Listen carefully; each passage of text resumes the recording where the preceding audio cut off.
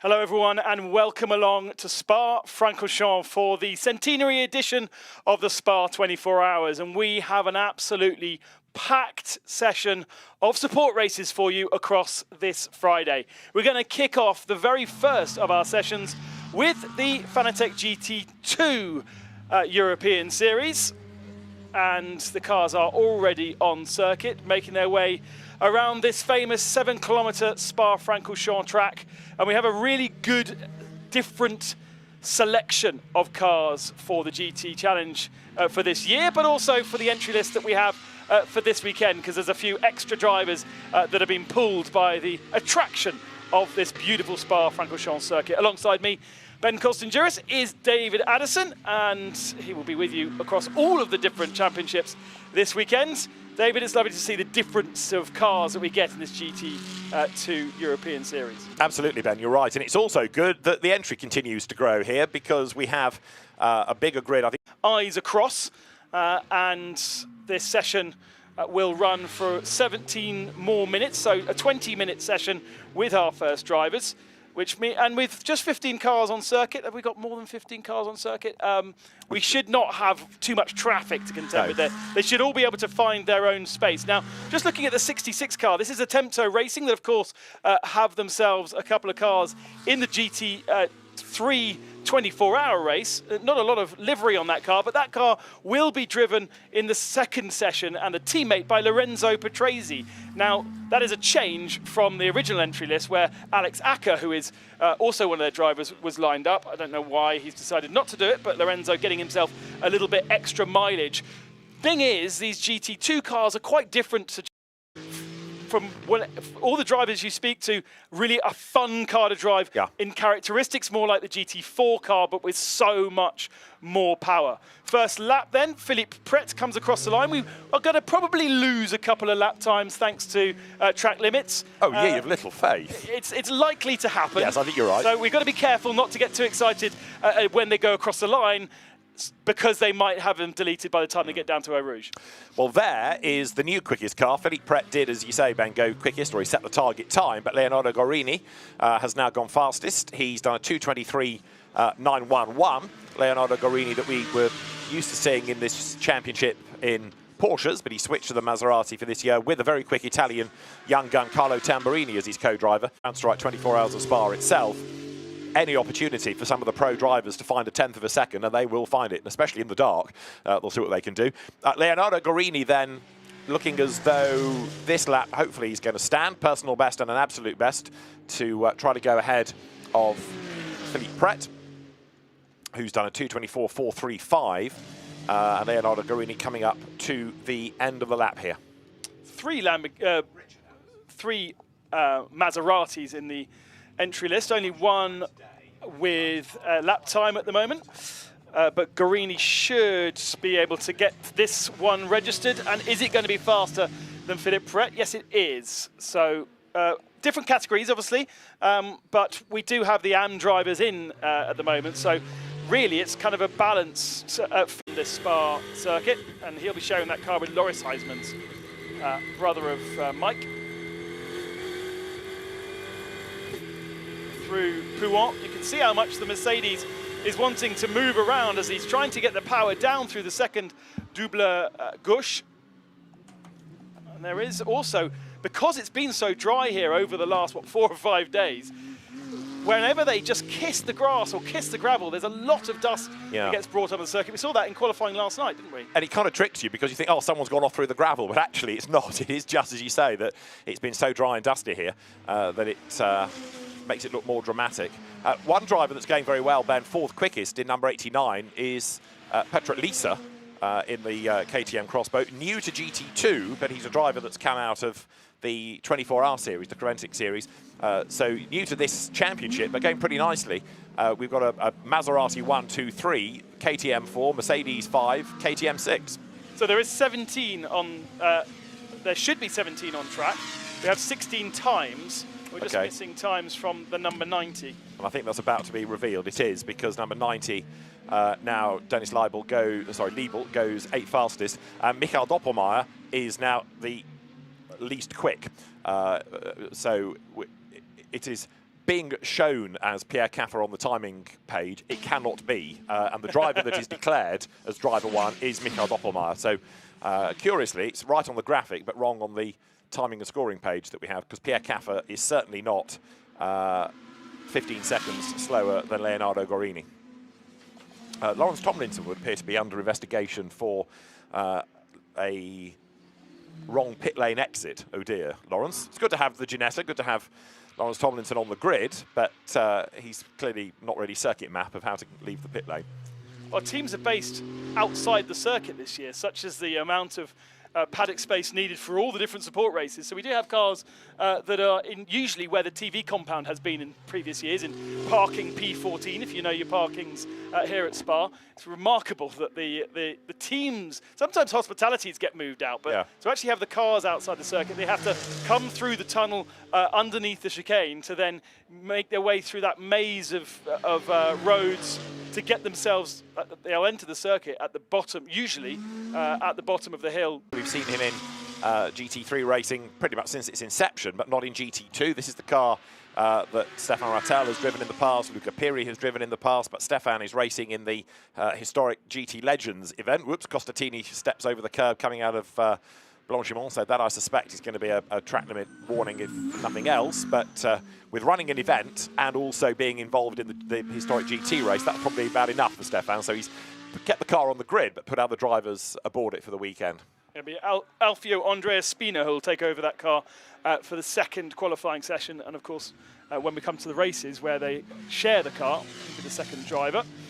Maserati completing another lap, and Leroy still fastest, finding some time in the middle sector, which of course is all the fiddly bits, isn't it? It's from turn 5 through to turn 15. So effectively, if we're thinking the circuit from the old version, the original version, to the new post-1985, Sector 2 is all of the post-1985 stuff. True.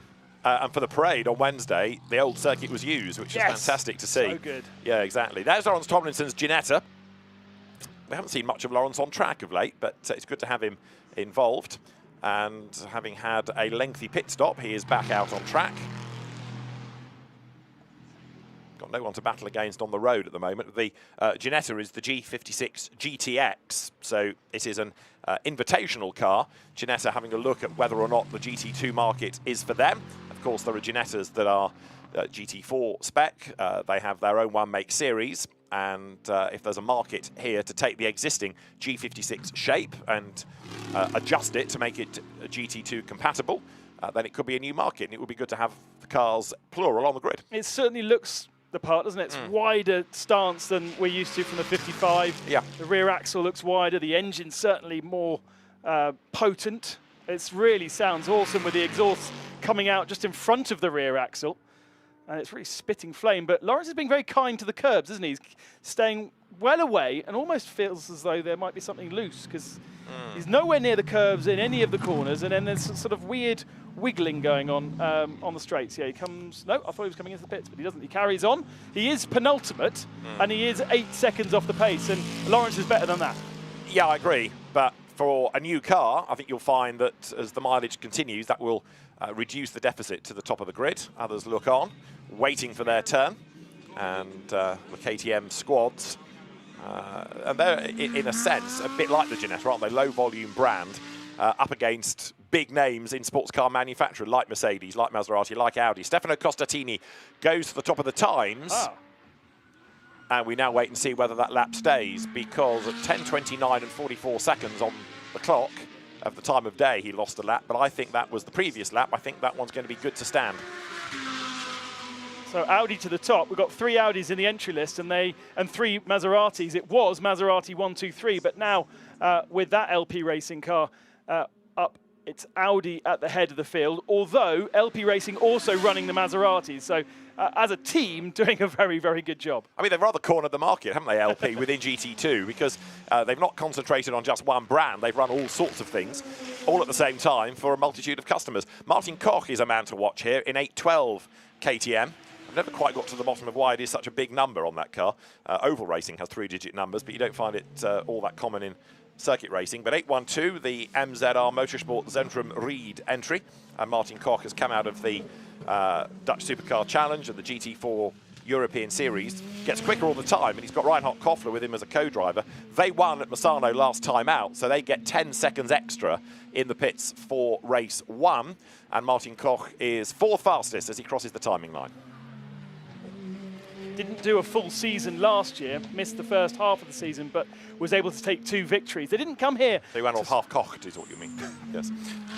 Started already. It's a long weekend. Get used to it. Yeah. Right. Sorry. They didn't come here last year. It's the first time that the GT2s have joined the GT4s and GT3s here at Spa for the 24 Hours of Spa.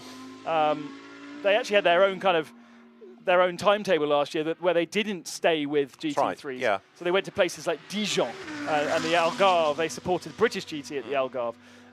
Whereas this year, the whole season is alongside GT3. And I think that's been one of the attractions, really, because the teams are able to market it. It's better for them on a cost basis because they've got the infrastructure there anyway. And one of the very original selling points of the Endurance Championship all those years ago was, we're going to take you to some nice circuits. We're going to give you lots of track time at nice circuits, and that remains the case. And so if you're able to market that to GT2 customers, then it's a no-brainer. Stefano Costatini then goes through. He's down to 4th now, and that was, I think, because a lap time must have been taken away. Yeah. Where was it? Turn 17, so through Blanchiment. Letting the car, you know, without the downforce that you have from a GT3 car, they are going to be drifting. They're going to be sliding through there. He completely misses the apex up the hill through Eau Rouge and Radiant and off the circuit. So this is not going to be an improvement either. He won't be able to be improved because not only did he exceed track limits, but the TV cameras caught him. So no chance at all. Eric de Donker's still out on circuit. Who has a very long association with Stefan Rattel, because Eric de Donker was on the grid for the very first BPR race at Paul Ricard all those years ago, and is as competitive as ever he was. Lawrence Tomlinson, by the way, is no longer penultimate. He's up to 14th, so the Ginetta is finding pace, but we've also found a checkered flag, so Q1 comes to an end. And about half the field still out on circuit. We did see 6 or 7 drivers in pits, and de Donker backs off. So you can hear the throttle not flat out through Curve Paul Frere. And it looks as though the team have told him that the checker flag is out. There's no improvement on his dash. He'll have little mini sectors saying whether he is faster or slower than previous. He'll have all that information, and so we'll come to pit lane. There's a part of the circuit that has been completely resurfaced. About 60%, 50 to 60% of the circuit, but it's not a continuous patch. They didn't start at turn 15 or turn 1 and go round to turn 12. They did bits and pieces, and especially where there were big bumps that particularly Formula 1 didn't like through Campus, or Campus, which used to be called Stavolo 1. There was a big bump in the middle of the corner there, and that has now been resurfaced. As Lawrence goes faster once again, so up to 10th position for Lawrence Tomlinson in the Ginetta, and obviously he's just starting to get a feel for that car. And as he's a soloist, anticipate that he will go quicker again in the second session, because he's sort of dialed himself in now. That's one grid sorted out, but then he'll go again and be able, I would have thought, to use what he's just learnt and the tweaks to the car to good effect. He's also got, of course, 10 minutes or so between the sessions to have a word with the team and to work out what else might need to be done. Alexandre Leroy then ends as the fastest. That's his first pole position of the season. That's a good effort for somebody who's done quite a bit of historic racing in the black and yellow Maserati. Other drivers like Martin Koch, who've done their first part of the operation, now hand over to there, Reinhard Koffler for Q2. And as I made the point earlier on, separate session, separate grid. Get some of the dead flies off the windscreen, and then the cars are good to go. Expect the second session to be faster, because those that have Pro-Ams will have their Pro in the car. So the target time of 2 minutes and 19.126 should be eclipsed by the likes of Pierre Caffer and Lenzo Petresi. Loris Heisman's also in that second session. Here is the qualification classification for race 1, and it is Alexandre Leroy, Maserati 1-2, with Guarini in second, just a 10th and a half behind, and Philippe Pret in third position.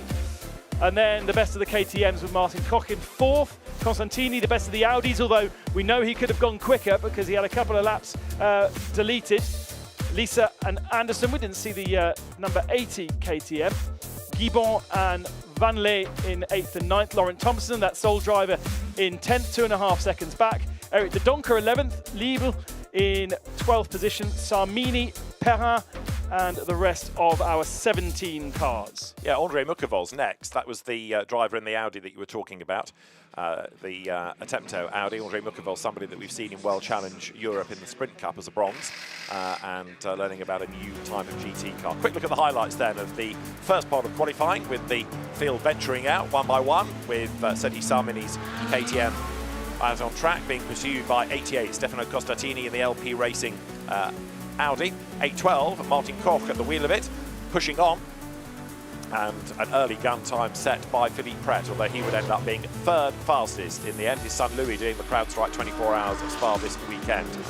Ahead of Pret was Lego, Leonardo Gorini's Maserati, and this was the quickest of the Maseratis, Alexandre Leroy for pole.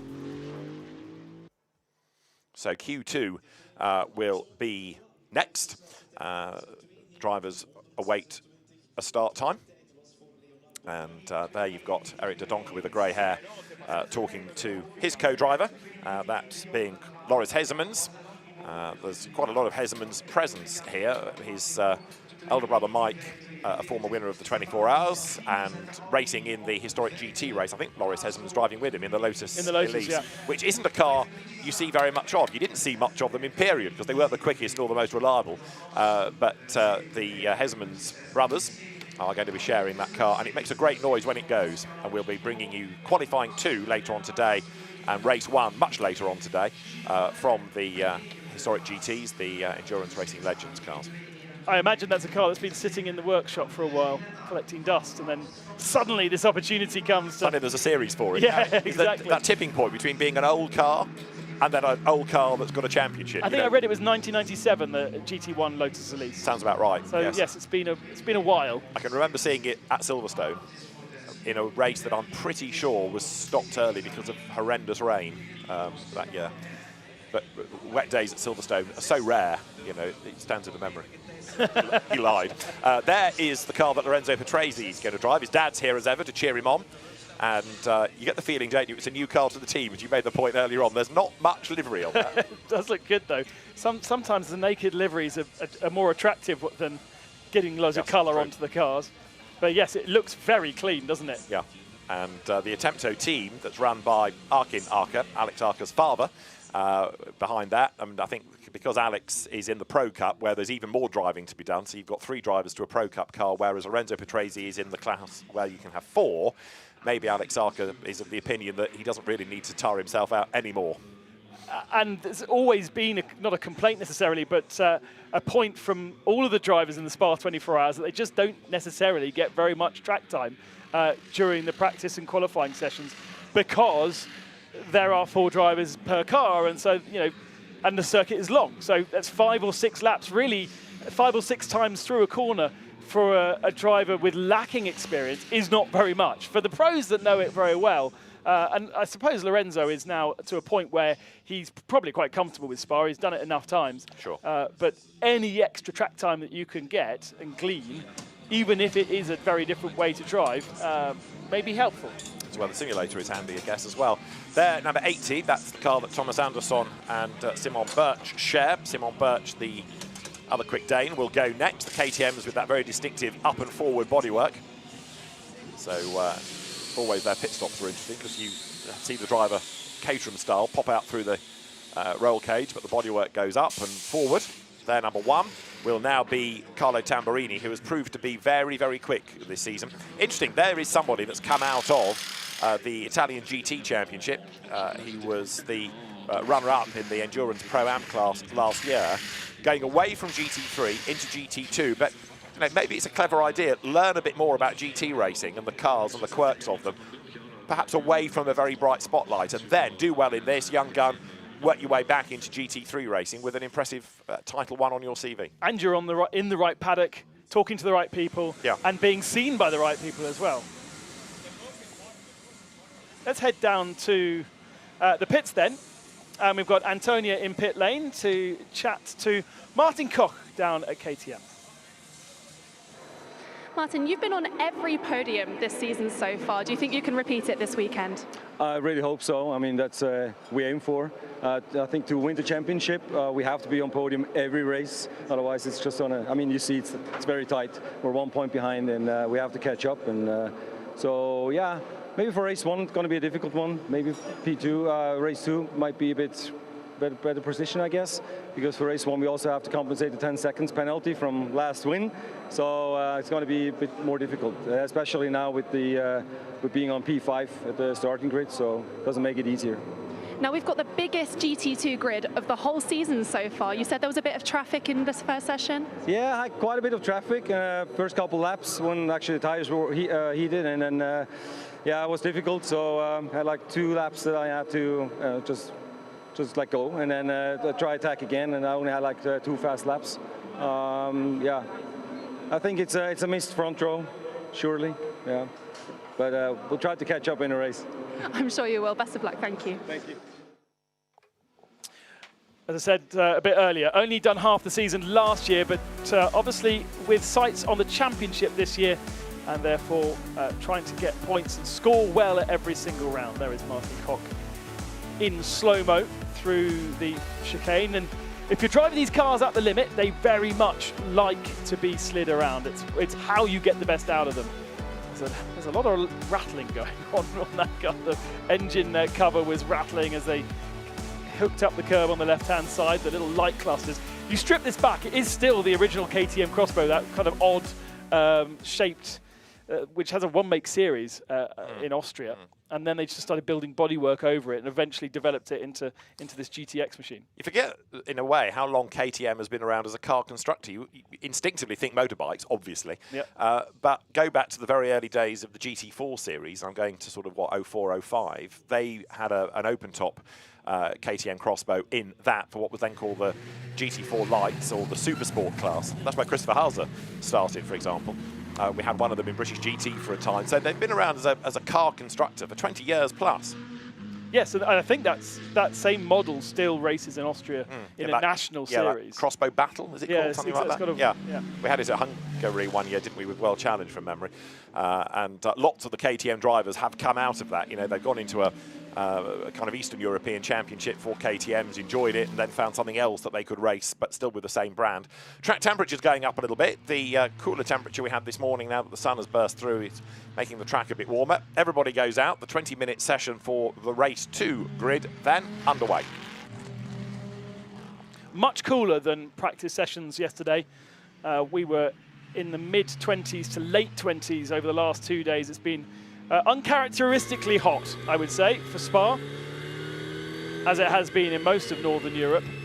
But today, 15 degrees, far more manageable, but it will make these cars feel very different. Yeah. The sticky tarmac that was reacting to that sun will be far less sticky in 15 degrees than in 25. So Loris Huysmans taking over from Eric de Donker. That will be one Pro-Am car to watch out for. This is the car that has been fastest in both of our practice sessions, and Pierre Caffer is, well, ex-Audi Works driver at Le Mans and long-time partner of Michael Doppelmayr, long-time coach of Michael Doppelmayr, and wherever Michael races, Pierre is always alongside him. Yes. And that can be in the 24H Series Championship or in this. Or the Le Mans Cup. I think Michael Doppelmayr was in that at Le Mans in the LMP3 class. And as you say, Pierre Caffer, former Audi Works driver, both in the DTM and in the DTM as well. The days of the R8 when it was a sports prototype, not a GT car, the same type number, but very different sort of car. Yeah, Pierre Caffer, incredibly quick driver, and was successful in Ferraris as well, wasn't he? Not just Audi GT cars. Alexandre Leroy then, maximising the track time, comes up through the chicane onto a flying lap. One or two of the teams being a bit coy in sending out the cars. We haven't got too many on track as yet, but we'll see what the Maserati can do. This glorious looking GT2 chassis that Maserati has put together out of La Source, that big gravel trap that was introduced last year, year before, on the outside, ready to ensnare the unwary, but it has made people sharpen up their act a little bit. You can't afford to run wide now, because otherwise you ain't going to come out. Absolutely, and all the places where the gravel traps are now on the exit of corners, we don't see track limits issues any longer, but there are still a couple of places where it is still possible to get four wheels off the track, and unfortunately, therefore, we still have to contend with track limits infringements and fastest lap times being deleted and all that. So the drivers that are in the AM class that take a couple of laps to kind of get themselves up to speed, they're the ones that are out on circuit. The pros, the legit pros, staying in for a little bit longer because they can turn it on so much faster. Go out, bang a lap in, and know they can't do much faster. Alexandre Leroy then comes downhill. Simon Birch looking quick in sectors in his KTM. And this session then with 16 minutes of the 20 still to run. Track, of course, will have pockets of cars around it. As we've said ever since the inception of GT2, it's a category that deserves to succeed. You know, it took GT4 a long time to really burst into life, and GT2 has had a number of drivers and teams and brands have a look, have a dabble, go away and have a think. You know, a team might want to do the series, but then they've got to sell it to drivers, so you always need the drivers to have a look. One of the reasons that Ben touched on this a little while ago, it has had those away days, like at Dijon or at the Red Bull Ring 2 years ago when it supported ADAC GT, is to go and take it to a different market. And to say to people in the paddock, look at these cars, look at what we can do. So don't just think about Clio Cup France or ADAC GT, because if you come and race with us, you can race these cars at this cost, at those circuits, and for that amount of track time. And it's taking it to people that may not normally be in an SRO paddock and may not be fully aware of what GT2 is all about. I mean, there's 7 different brands with us this weekend on this particular grid. Bear in mind, there's only 9 brands in GT3 racing. That's quite remarkable that we've got that much spread, and we don't have a Porsche, and there is definitely a Porsche. I'm trying to remember if we've got any other brands missing from this grid, but certainly, okay, it's 6 because the Ginetta actually isn't officially a GT2 car. We have, I think as a one-off, had a Ferrari on the grid. Oh yeah, and a Brabham. We did have the Brabham, you're quite right. So there are others that have dipped in and out. Yes. Yeah. But yes, Porsche came along. They were difficult cars to drive from what Aurelius Rustica and Michael Verger said at the time of driving them. But Porsche tends to go through waves, doesn't it? Individual seasons, it might concentrate on GT3 and really push that. And then it might launch a new car into the One Mate Championships. Then it might spend a year really pushing, let's say, hypercar. And then the next thing on the to-do list is to, right, let's get that GT2 element sorted out. So it's not to say Porsche has gone away. It might well be that in a year or two they come back with an Evo car and it is the brand to have. Whereas right now, Maserati, I think, partly because of the name, has really caught the imagination of the teams. And Leonardo Guarini defecting from Porsche to Maserati. That's his car, now with Carlo Tamburini at the wheel of it. And Carlo is very, very rapid indeed. Comes out of the chicane, a little bit squirrely, but he's on the power. And with no track limit warnings as yet, that goes quickest. I imagine most of the field here also, as drivers, own their GT2 cars rather than necessarily the team owning it and renting it out to drivers. So if I want to own a GT2 car, Maserati is a great name to own, isn't it? And so Mercedes as well, that car debuting in Monza last year, so the first round of last year's championship, we saw one of those, and now, was it 3 that we've got on the grid? No, 2 on the grid. At the risk of being 4, sorry. At the risk of being pedantic, it, as an unofficial GT2 entry, came to the Red Bull Ring the season before. Ben Schneider shared it with Stefan Rattel. Okay. And that was, you know, Mercedes having a look. We've sort of built a GT2 car. Let's have a look at how it goes. Liked it, went away, made it fully GT2, sold them to customers, box ticked. You're on board with the Mercedes then. This is Loris Hesmans, and he's coming up now out of a Cours Paul Frere.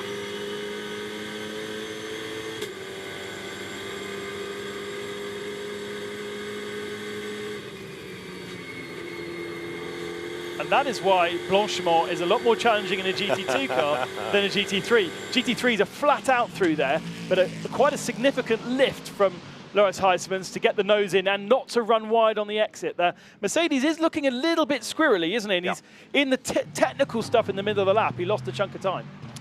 And he comes across the timing line with Simon Birch behind.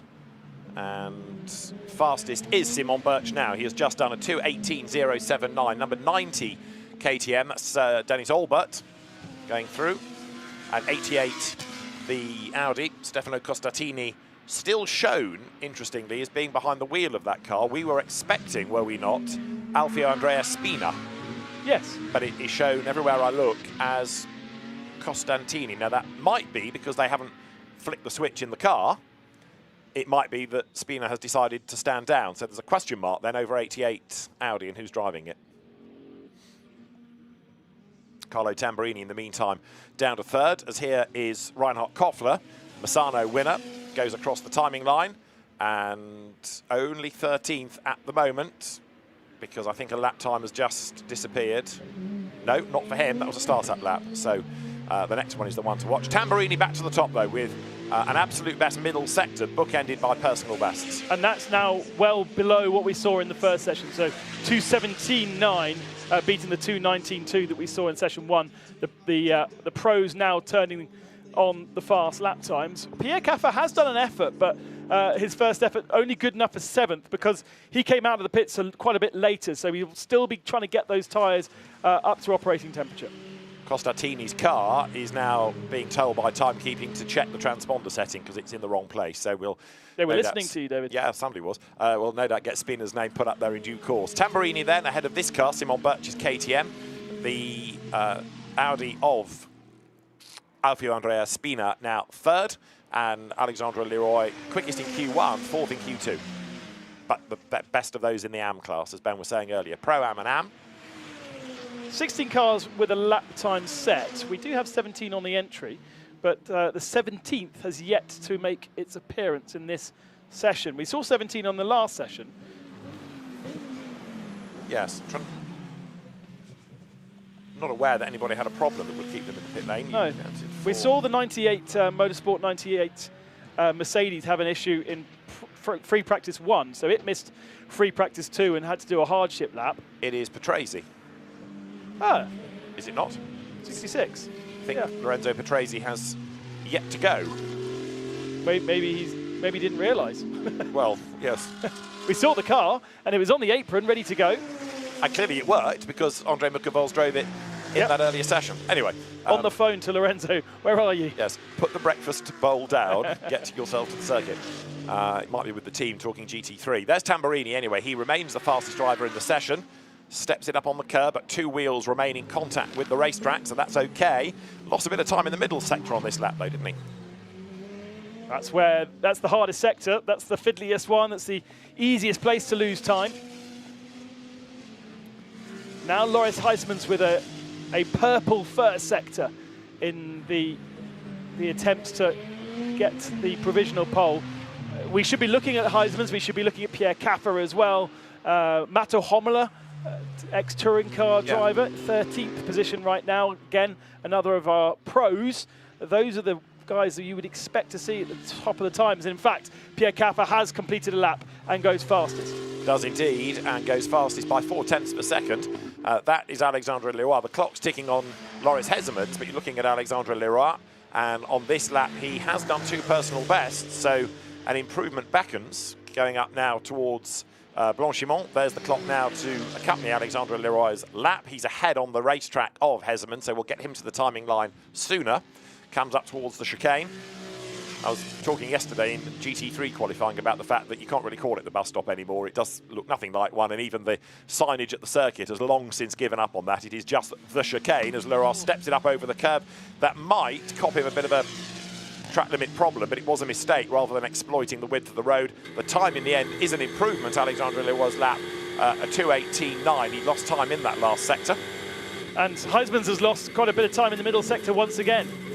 Not as much as he'd done previously. This is one of the things you can do in GT2 that you can't in GT3. Use the curbs, even use the sausage to really throw the car over the chicane. He comes to the line. It is only 5th, and just needs to tidy up that middle sector. That's where he's losing the time. But from the characteristics of what we've seen with that Mercedes so far, it does seem quite skittish, I think is the word I'm going to use. Yeah. In the middle sector. Go along with that. Pierre Caffa there he is on the giddy limit, nudging the curve, forces the car out wide. to say the car comes alive when Pierre Caffer is behind the wheel does Michael Doppelmayr a disservice, because he's quicker than I would ever be, but Pierre Caffer is just that much faster, as befits a former factory driver. And Michael Doppelmayr is under no illusion that Pierre is the faster. He does load up the workload on Pierre, and if that car can stay on the lead lap, then they're normally in with some sort of a chance in part 2, or in Pierre Caffer's stint, if you like, when Michael starts the car. At Misano, they dropped off the lead lap, and after that, you really are in strife. But if they can stay on the lead lap and a late race safety car comes into play, then they can fight for the podium. And Michael Doppelmayr does get quicker season on season. It is great to see these cars being at their very limit, and Caffer goes fastest then with a 2:16.8, half a second faster than Koffler, who had previously gone fastest of the session. We still have 6 minutes remaining though, and we do know there's plenty of drivers out there that can tidy up their act. Matto Homela up to 4th position. And yes, look, the Audi is sitting there, and there does not seem to be any willingness to send it out. And there's no panic either. There's nobody working on it. Almost as though, well, Lorenzo's not coming, so we won't bother with the car. But he would need to be here in terms of taking part in the race. And he will have done pre-qualifying and free practice. But do we therefore assume that they are not going to run that car in this session at all? And I wonder whether or not it would be a solo. Or he's giving himself a challenge. Well, yes, possibly. But André Mukoval's might be up for the challenge of doing both races on his own. We will try and investigate for later on. There's a task for us, Ben, before we get racing. These cars have their first race this afternoon at 2:45. So ample time to try and research Lorenzo Petrese's situation. Apart from this, you see, there's nothing else for him to do today, apart from the warm-up session for GT3. And that comes up at something like 8:10 tonight. So whether he forgot about this, I wouldn't like to say. Or just decided to have a bit of a lie-in, because he's not going to get much sleep over the weekend. So I think, do I really need to be up at 9:30 in the morning to come in to qualify the car? The team would say yes, and André Mukoval would say yes. Yeah, true. Yeah. Because he did it. Treble 8, which is Jörg Wiebahn, is under investigation for a pit stop infringement. We've not really touched on Jörg Wiebahn, sharing with Stefan Perrin, but Jörg Wiebahn, very experienced and successful indeed, GT4 racer of years past. Reinhard Koffler goes through, and second fastest. Stays second. Yeah, that time was no better, was it? Lost down in the last sector, and he's got traffic ahead of him now. The other car we haven't seen is there. We do have a Sol Lamborghini. Oh, as I speak, there it is. Perfect. Great work in the gallery. Hernandez Ortega driving this Sol Lamborghini, BDR by Grupo Promo. And at the moment, 10 seconds off Caffer's pace, but this is an AM entry. Hernandez Ortega, the Mexican driver, so not unexpected to be so far off Caffer, who's obviously a pro. Who'll be fighting with the rest of the red-backed numbers. And at the moment, it's Philippe Pret who is fastest of the AMs in this session. Here's Heismans, fastest of all in the first sector. A big slide through Fagnes, laying down the 11s. This is a much faster corner than it was last year, with no bumps now around this part of the circuit. I have noticed, very obviously with these GT2 cars, there's now a bump here, going back onto the old tarmac. Didn't see it so much in GT3 because the downforce is pushing the cars to the ground, but these softer, more malleable GT2 cars, you see them really bobble. A lot of work being put in by Loris Hesmans, illustrating what Ben was talking about these bumps on the road. Yeah, he has backed off on that middle sector, lost a big, big chunk of time. But it's been a good idea, hasn't it, from Stefan Rattel and Claude Sermon when they came up with the idea of GT2 to make the cars rewarding for the drivers. You know, they're, like we said at the start, that the AM drivers, they want a kind of plug-and-play race car. They don't want something that's unreliable, but they do want something that they can get by the scruff of the neck, that their ability can tame, and they can get better and better as they are more confident with the car. And they don't want something that's going to take a long time to get used to. And aerodynamics and the GT3 characteristic of driving with aero is quite an alien thing to come from your road car driving to your race car driving. Whereas without this aero compromise on the GT2s, I think it's easier and more accessible for a gentleman driver to get in, and it feels like you expect it to. Whereas with aero, once the car's traveling at speed, then it does different things, which is you have to really recalibrate your brain to. Up to the timing line goes not Stefano Costatini, but Alfio Andrea Spina. And that car on that lap, no faster. There's Sam Tan watching on. Yeah, who's going to be in GT4 action shortly. That's Matej Homola, as you were saying earlier on, quick from the European Touring Car Championship goes past. And Worlds, Indeed, I think. indeed, yeah. And he was in GT4 last year. He's been floating around since the World Touring Cars kind of folded. He hasn't had that big championships that he once had before. And he partners Petra Lisa, who has replaced Jan Krabec, who had such a miserable time at Misano. I think he rather lost interest in continuing, certainly for this weekend, because he went there having been a class champion the season before, and in both races the car barely did a handful of laps. It was mechanical woes, and Jan Krabec was really, to say the least, frustrated. And maybe he's had a rethink about what he wants to do out of the hunt for the championship for the rest of the year. Slow Mercedes in the background there as Simon Birch comes pounding through the KTM. Simon Birch then now down to 5th, and he's done 2 personal bests on this lap, Ben, so this should be an improvement. Yes, that Mercedes was the one that isn't on our spotters guide, which must be the 888. Right, Jörg Wieband's car. Yeah. Yeah. Only down in 12th position.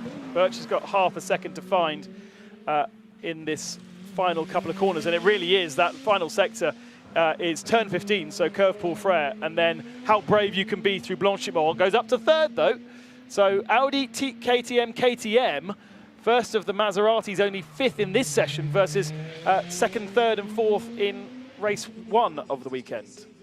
Downhill, out of La Source goes Simon Birch, the clock ticking on down because we are about 7 seconds away now from the checkered flag, and as the field has largely done its times, way up the curb goes Simon Birch. It wasn't that I was watching, it was the smoke coming off the left front corner where the car was compressed into Eau Rouge and presumably tyre rubbing against bodywork, just whilst it was all compressed, and then it released again. But they'll be looking at that for come race, because you don't want to have that every single lap. So Spina across the line, takes the checkered flag, and the drivers then at the end of the session will make their way to the pit lane. There is the hard-charging Simon Birch, and that's the sister car of number 90, the Dominic Olbert entry. Homela's got himself up to 2nd on his last effort, unless Koffler lost a time. Did Koffler get something removed? No. I think he's okay. No, so it was an improvement therefore from Matej Homola. So he starts on the front row alongside Pierre Caffer. Just 0.4 of a second separating the two of them, although I'm sure Caffer wasn't completely at his 100% capacity. He is such a fast driver. This could be an improvement from 10th position from Olbert, who is actually only 3.2 seconds off Caffer's pace. And looks to be the last of our drivers that will be improving, although the Ecodis ASP 53 car of Christophe Bourret also with some green sectors, but he's finished his lap now. Lawrence Tomlinson's Ginetta flattered to deceive a little bit after we were getting confident about its pace in Q1. It's only 14th in Q2. Feels like he's closer, though, to the fastest time. Possibly, yeah. Because he's only 5 seconds off Pierre Caffer.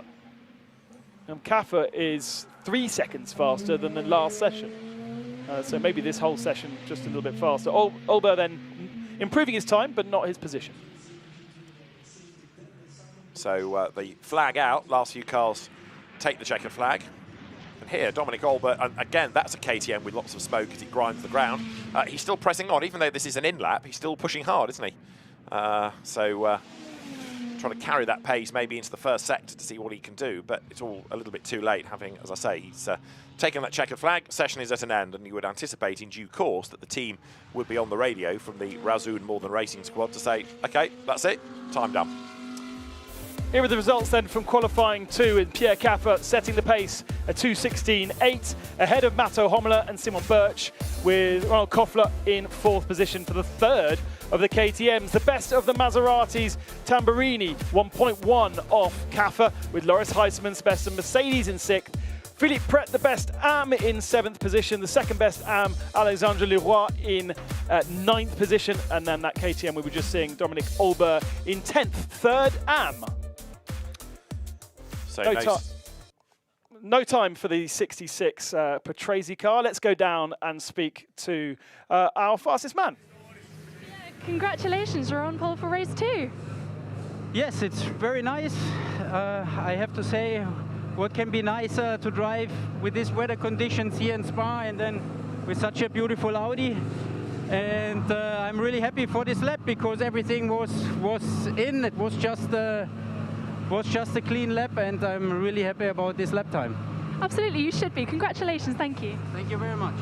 So a happy Pierre Caffer then takes pole position.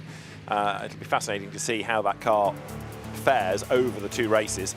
A long lap here, but Michael Doppelmayr will give it his best shot, and we know that Pierre Caffer is going to be quick, but expect it to be a car that rises and falls. But that's one of the beauties of Pro-Am racing, isn't it? You know, you don't have a car in this instance that runs at the same pace all the time. It has a quick bit and a not so quick bit. It's always a really interesting bit compared to the soloists, but the solo drivers will have a longer pit stop. Let's look at the highlights of Q2 then, with the Audi in the hands of Alfio Spina heading out. The Maserati of Alexandre Leroy quick in Q1, quick again in the second part of qualifying, as Dominic Olbert was also pushing on as the cars work their way out of Rouen. Carlo Tamburini, rapid in his Maserati MC12, a car that has been taken out in the first part of qualifying by Leonardo Guarini, and as the field worked its way through the 20 minutes, Matto Hommler was looking good in 89 KTM. He would be second to Pierre Caffer's Audi, and that will start race 2 tomorrow on pole position. Join us for the first race though later today. Bye for now.